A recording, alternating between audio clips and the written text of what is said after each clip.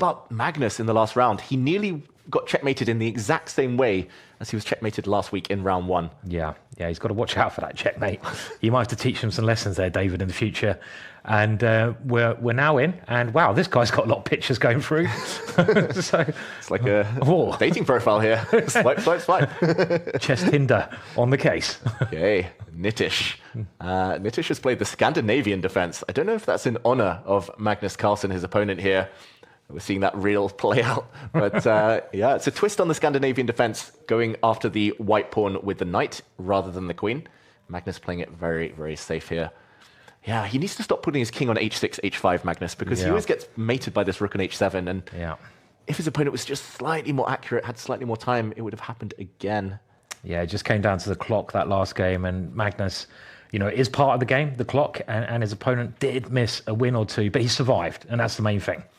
Yeah, he survived. And Nitish has survived this opening, but it does look slightly better for white. White has the pawn center, can think about advancing maybe even now.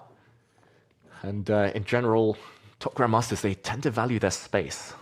White here has the options what to do with pawns. Black is a little bit cramped. If Magnus can find a plan, though, it does look solid for black.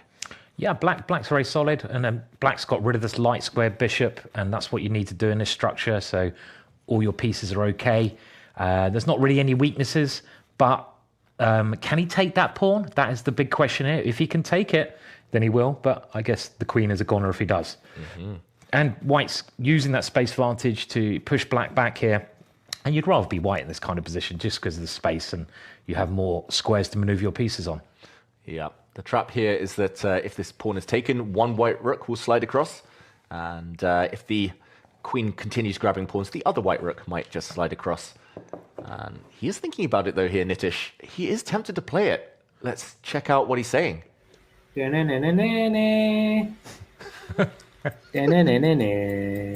I, guys? Can I do that? He's going to play Bro, my heartbeat's racing if I can do that. You know what? Jai Mata Di, let's see what happens. Let's see what happens. We are going. Wow, he goes for it, Simon. There are some tricks, and we might see it play out. Next move, he wants to bring his knight forward and counterattack against the white queen using some sneaky pins. The tension with the black rook and the undefended queen in the center. Very sharp. And look, Magnus seems a bit annoyed with himself there because he missed this knight c5 you pointed out. Yeah, let's see if Magnus is reacting at all. Who didn't understand, this is the idea. Knight c5, like his queen otherwise is trapped. But chess teaches us that there are very often resources available. Okay, Magnus there, talking without moving his mouth even. Very impressive. But, okay, he was talking about the black knight coming forward. Now, that's maybe a bit less effective. Although it still happens. The white bishop was headed round maybe to trap the black queen in some positions. Now, Magnus's queen is hit. What to do? Where to run? Yeah, it looks like Magnus should win an exchange here, but black's going to pick up some pawns, so it's still quite messy. He just moves the queen out of the way of the rook and the knight. And there's that big threat of taking the rook. And I guess rook b1 is going to be annoying. Rook a4 at some point, not straight away. So there's a number of things hanging for black here. Yeah, too many pieces attacked. Nitish seemed quite excited about his chances. He's 2 pawns up against the world number 1. But now having to retreat, that queen feels very trapped.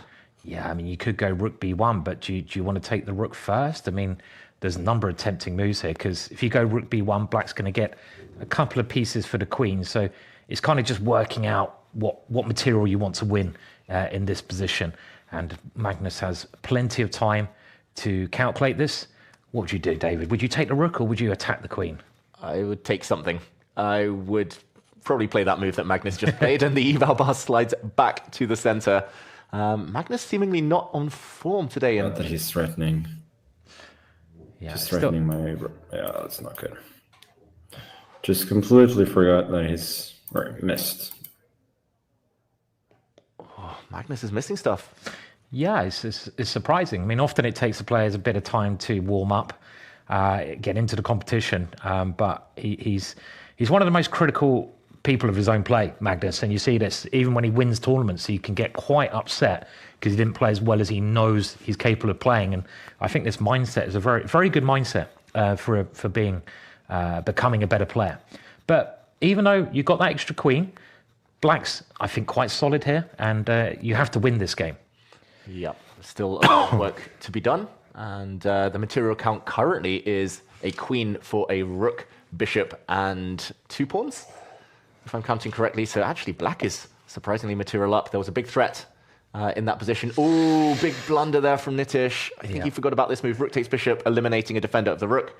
The knight is hit as well behind. Magnus now has a winning advantage. Yeah, that was a crafty little tactic there, and I think Black had to move the rook back in that position to stay in the game, because now, look at those pieces, the white queen can just munch them.